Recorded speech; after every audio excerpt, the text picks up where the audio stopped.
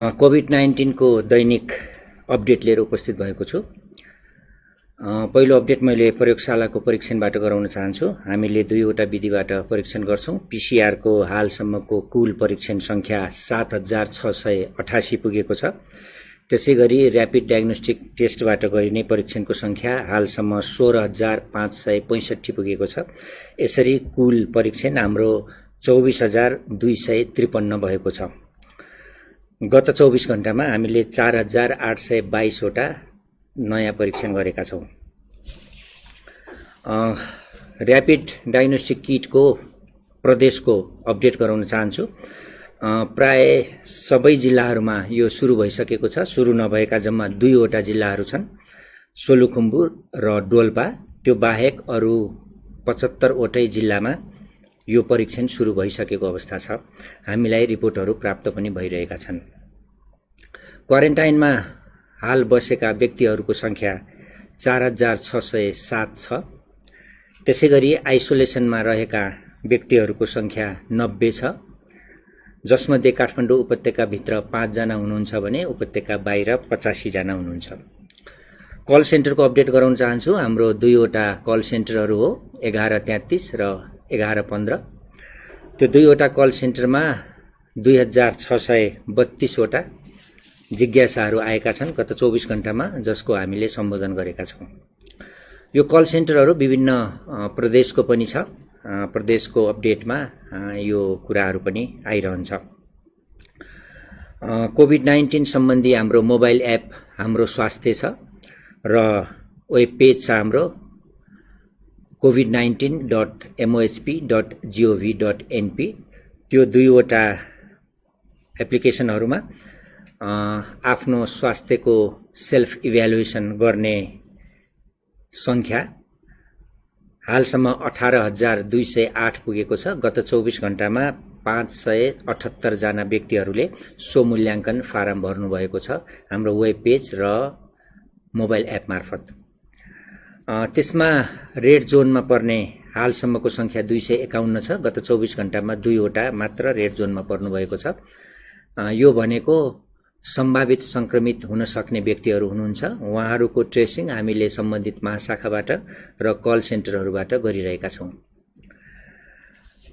हाम्रो वेबसाइट हेर्नेको संख्या दिन प्रतिदिन बढिरहेको छ। 5,10,818 पुगेको छ। त्यसैगरी हाम्रो मोबाइल एप प्रयोग गर्ने संख्या 55,230 पुगेको छ। आज भएका मुख्य क्रियाकलापहरूको जानकारी दिन चाहन्छु। पीसीआर मसिन पाटन अस्पतालमा जडान भएको छ र छिटै टेस्ट सुरु हुँदैछ। यसरी 14 भन्दा बढी 14 संख्या पुग्छ हाम्रो नेपालभरि पीसीआर टेस्ट हुने स्थानहरू। त्यसैगरी अर्को अपडेटमा हामीले गत हप्ता नै 5-5 हजारका दरले र्यापिड डायग्नोस्टिक किट चाहिँ प्रत्येक प्रदेशमा पठाएका थियौं र अहिले फेरि पुनः आवश्यकता अनुसार 30,000 भन्दा बढी र्यापिड डायग्नोस्टिक किटहरू सबै प्रदेशमा गरेर त्यति संख्या पठाइसकिएको छ। यो थप पठाइएको संख्या हो। यसरी हालसम्म पठाइएको 65,000 भन्दा बढी करिब 70,000 को हाराहारीमा हामीले किटहरू पठाएका छौं। अर्को अपडेट गराउन चाहन्छु। हामी चिकित्सा विज्ञान राष्ट्रिय प्रतिष्ठानमा एमडीएमएसमा अध्ययनरत 34 जना चिकित्सकहरूलाई सुदूरपश्चिमको मुख्यमन्त्री तथा मन्त्री परिषदको कार्यालयबाट परिचालन हुने गरी उक्त प्रदेशमा रहेका अस्पतालहरूमा कामकाज गर्ने उद्देश्यले तहाँ खटाइएको अवस्था छ। आजै उहाँहरू हवाईजहाज मार्फत चार्टर गरेर धनगढी पुगिसक्नु भएको छ। सुदूरपश्चिम प्रदेशमा छिमेकी मुलुक भारतबाट र अन्य मुलुकहरूबाट ठूलो संख्यामा व्यक्तिहरू नेपालीहरू आउनु भएको छ। यसलाई दृष्टिगत गरी र पहिलो चरणमा हामीले टाढा रहेको प्रदेशमा, भौगोलिक हिसाबले टाढा रहेको प्रदेशमा कोभिड-19 को रोकथाम र नियन्त्रणको लागि थप जनशक्तिको आवश्यकता महसुस गरी तहाँ चिकित्सकहरूलाई पठाइएको हो। हाल उहाँहरूलाई 1 महिना अवधिको लागि पठाइएको छ। आवश्यकता अनुसार हामीले त्यो अवधि थप गर्नेछौं। मन्त्रालयले त्यो थप गर्नेछ। विभिन्न जिल्लाहरूमा र्यापिड डायग्नोस्टिक टेस्टबाट पोजिटिभ आएका रिपोर्टहरू आएका छन् र हालसम्मको पीसीआर परीक्षणमा उहाँहरूको नतिजा नेगेटिभ छ, केहीको परीक्षणको क्रममा छ। त्यसैले हाल संक्रमितको संख्या जम्मा 16 हो। 1 जना घर फर्किएको अवस्था र 15 जनाको टेकुमा 2 वटा, पाटनमा 2 वटा, बागलुङमा 2 वटा, धनगढीमा 5 वटा र वीरगञ्जमा 4 जना गरी उपचार भइरहेको छ। सबैको स्वास्थ्य स्थिति सामान्य छ। अन्तमा म एउटा अनुरोध सहित आफ्नो अपडेट अन्त्य गर्न चाहन्छु। आजको अनुरोधमा मैले स्वास्थ्य तथा जनसङ्ख्या मन्त्रालयको तर्फबाट नियमित रूपमा आधारभूत स्वास्थ्य सेवा सुचारू नभएको विषय केही स्थानमा प्राप्त भएको छ। नियमित खोप सेवा, सुरक्षित मातृत्व सेवा, नवजात शिशु उपचार सेवा, सुरक्षित गर्भपतन सेवा, परिवार नियोजन सेवा, क्षयरोग, मलेरिया र HIV को विरुद्धका औषधिहरू सेवन गर्ने सेवा लगायतका विभिन्न आधारभूत सेवाहरू केही स्थानहरूमा अवरुद्ध भएको गुनासोमा यस मन्त्रालयको ध्यानाकर्षण भएको छ।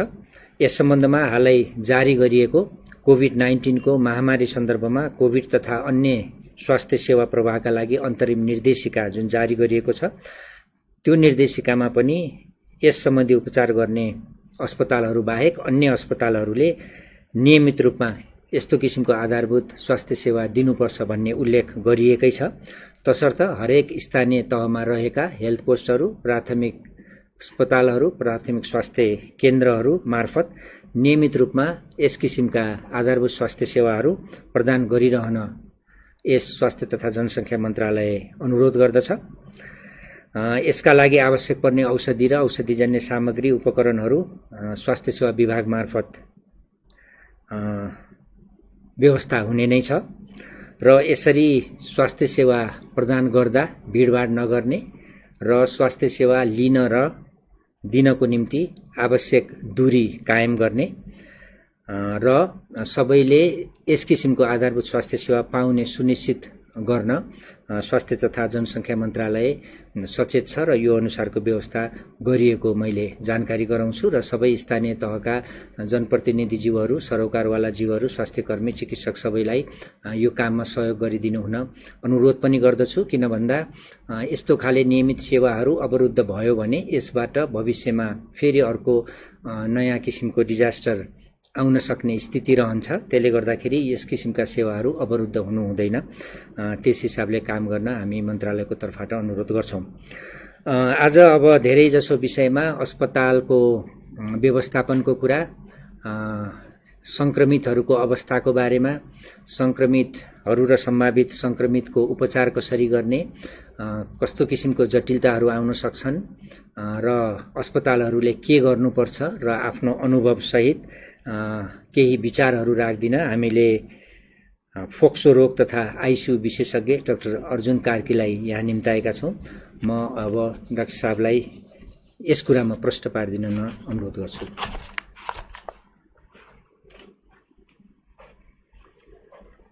नमस्कार। अब हाम्रो स्वास्थ्य मन्त्रालयको तर्फबाट डाक्टर विकास देवकोटाले योभन्दा पहिला पनि आज पनि धेरै कुराहरू प्रकाश पार्नु भएको छ। अब हाम्रो मिडियाबाट पनि धेरै कुराहरू आइराखेका छ। कोभिड-19 को बारेमा मोटामोटी अब हाम्रो सार्वजनिक तहमै सूचनाहरू प्रशस्त मात्रामा प्रवाह भइराखेका हुनाले त्यसको बारेमा धेरै चर्चा गरिराख्नु आवश्यक छैन। म अलिकति छोटकरीमा के भनेदेखि महत्त्वपूर्ण कुरा भन्न चाहन्छु। एउटा कुरा चाहिँ नै यो भाइरस अब हाम्रो सबै संसारकै लागि नयाँ एउटा महामारीको रूपमा आइसकेका हुनाले यसको बारेमा सबै कुराहरू जानकारी वैज्ञानिकहरूलाई पनि भइसकेका छैन। अहिलेसम्म हामीले जुन जुन ठाउँमा महामारी भयो त्यहाँको बिरामीहरूको संक्रमणको प्रकृति, त्यसमा चाहिँ विभिन्न सरकारहरूले लिएको नीतिहरू र वैज्ञानिकहरूले अनुसन्धान गरेर अहिलेसम्म जति जानकारी पाइएको छ त्यसको बारेमा अलिकति छोटकरीमा हामीले नबुझी नहुने कुरा चाहिँ के भनेदेखि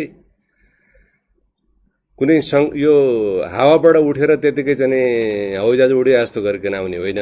यो चाहिँ संक्रमित मान्छेहरूको सम्पर्कमा अलिकति नजिकै परियो र उहाँहरूले खोक्दाखेरि अथवा हाछ्यौं गर्दाखेरि हामी नजिकै रहेछौँ भनेदेखि र त्यसमा हामीले लापरवाही गऱ्यौँ भनेदेखि सर्ने सम्भावना बढी हुन्छ।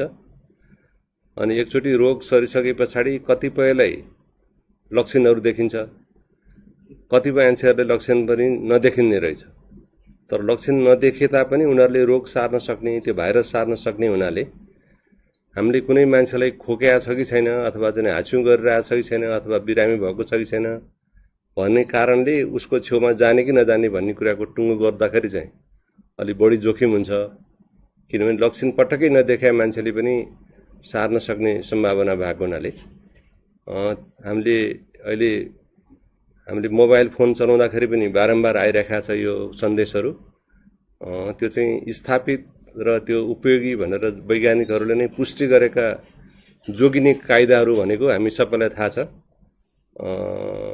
सकेसम्म भिडभाडमा नजाने, जानै पर्यो भनेदेखि पनि अब केही दूरीको अवस्थामा बसेर मात्रै चाहिँ त्यो आफ्नो कामहरू सिध्याउने, छिटछिटो र घर फर्किने। कुनै चिज, कुनै सतह, कुनै नयाँ वस्तु छोइयो भनेदेखि त्योभन्दा अगाडि त्यहाँ कसले छोएको थियो हामीलाई थाहा नहुने हुनाले सकेसम्म साबुन पानीले धुनु पर्यो। यदि साबुन पानी उपलब्ध छैन भनेदेखि सेनिटाइजर भए पनि लाउनु पर्यो। त्यो नगरिकन आफ्नो ती हातहरू अनुहारतिर चाहिँ ल्याउने कायदामा चाहिँ गऱ्यौँ भने हामीलाई सङ्क्रमण हुने बढी जोखिम हुन्छ। एउटा खुसीको कुरा के छ भनेदेखि 100 जना मान्छेलाई लाग्यो भनेदेखि 80 जना जतिलाई मोटामोटी यो साधारण लक्षणमा मात्रै सीमित हुन्छ, उनीहरूलाई यसले चाप्दैन। करिब करिब 20% मान्छेहरूलाई यसले चाप्छ र सास फेर्न गाह्रो हुने भएपछि, अलिकति एकदमै शिथिल भएपछि हामीले अस्पतालमै भर्ना गर्नुपर्ने हुन्छ। 80% मान्छेहरूले चाहिँ घरमै बसेर चाहिँ त्यसको थप स्याहार सुसार आवश्यक पर्दैन। तर शङ्का लाग्यो भनेदेखि टेस्ट गराइहाल्नु पर्दछ, जुन अघि डाक्टर साहबले पनि भनिसक्नुभयो। पिसिआर सबभन्दा राम्रो, तर पिसिआरका पनि केही सीमितताहरू छन्। त्यसकारण अहिले हामीले ऱ्यापिड डायग्नोस्टिक किट भनेर जुन चलाइराखेका छौँ ठाउँ ठाउँमा, त्यसका पनि चाहिँ केही सीमितताहरू छन्। एकचोटि सङ्क्रमण भइसकेको पछि 6-7 दिनमा चाहिँ त्यसले अलिकति हाम्रो यो एन्टिबडी भन्ने कुरालाई टिप्न सक्छ। अनि त्यो टिपिसके पछाडि चाहिँ त्यसले यो मान्छेले सङ्क्रमण भएको रहेछ, तर ठ्याक्कै अहिले भएको थियो कि अलिकति 2-4 हप्ता अगाडि नै भएको थियो भन्ने कुरा चाहिँ त्यसले भन्न सक्दैन। त्यसकारण चाहिँ डाक्टरले जसले मूल्याङ्कन गर्यो, त्यो मूल्याङ्कन गरेको मान्छेले यो मान्छेले चाहिँ कोभिड भएको चाहिँ सम्भावना छ, किनभने यो बाहिरबाट आउनु भएको र अथवा सङ्क्रमित मान्छेको सम्पर्कमा बस्नु भएको भन्ने खालको एउटा पृष्ठभूमि छ भनेदेखि उहाँहरूलाई त्यो शङ्का लागे पछाडि त्यो पहिलोचोटिमा चाहिँ छ भन्ने पोजिटिभ नदेखे पनि चिकित्साको उसमा चाहिँ फेरि चाहिँ उहाँहरूले दोहोऱ्याएर हेर्नुपर्ने पनि अवस्था आउँछ। एक कुरा। दोस्रो कुरा चाहिँ नि यति गर्दा गर्दै क्वारेन्टाइनमा बस्यो। अब क्वारेन्टाइनमा बस्दाखेरि टेस्ट गरियो, टेस्ट गर्दाखेरि पनि चाहिँ देखा परेन भनेर चाहिँ एकदम मलाई त ल ठिक भएछ भनेर चाहिँ त्यो सतर्कतालाई छोडेर जथाभावी गर्नु भएन। किनभनेदेखि उसलाई सङ्क्रमण नभएको होला, तर त्यो ऊ पनि सङ्क्रमित हुनसक्छ नि त सङ्क्रमण भएको मान्छेबाट। त्यसकारण क्वारेन्टाइनबाट मुक्त हुने बित्तिकै चाहिँ मलाई अब एकदमै केही पनि हुँदैन भन्ने खालको हामीले त्यसमा लापरवाही गर्नु जाति हुँदैन। त्यसले आफूलाई चाहिँ जोखिममा पार्न सक्छ। तेस्रो कुरा, यो हामी नागरिकको हिसाबले एउटा कर्तव्य पनि भयो। केही ठाउँहरूमा अब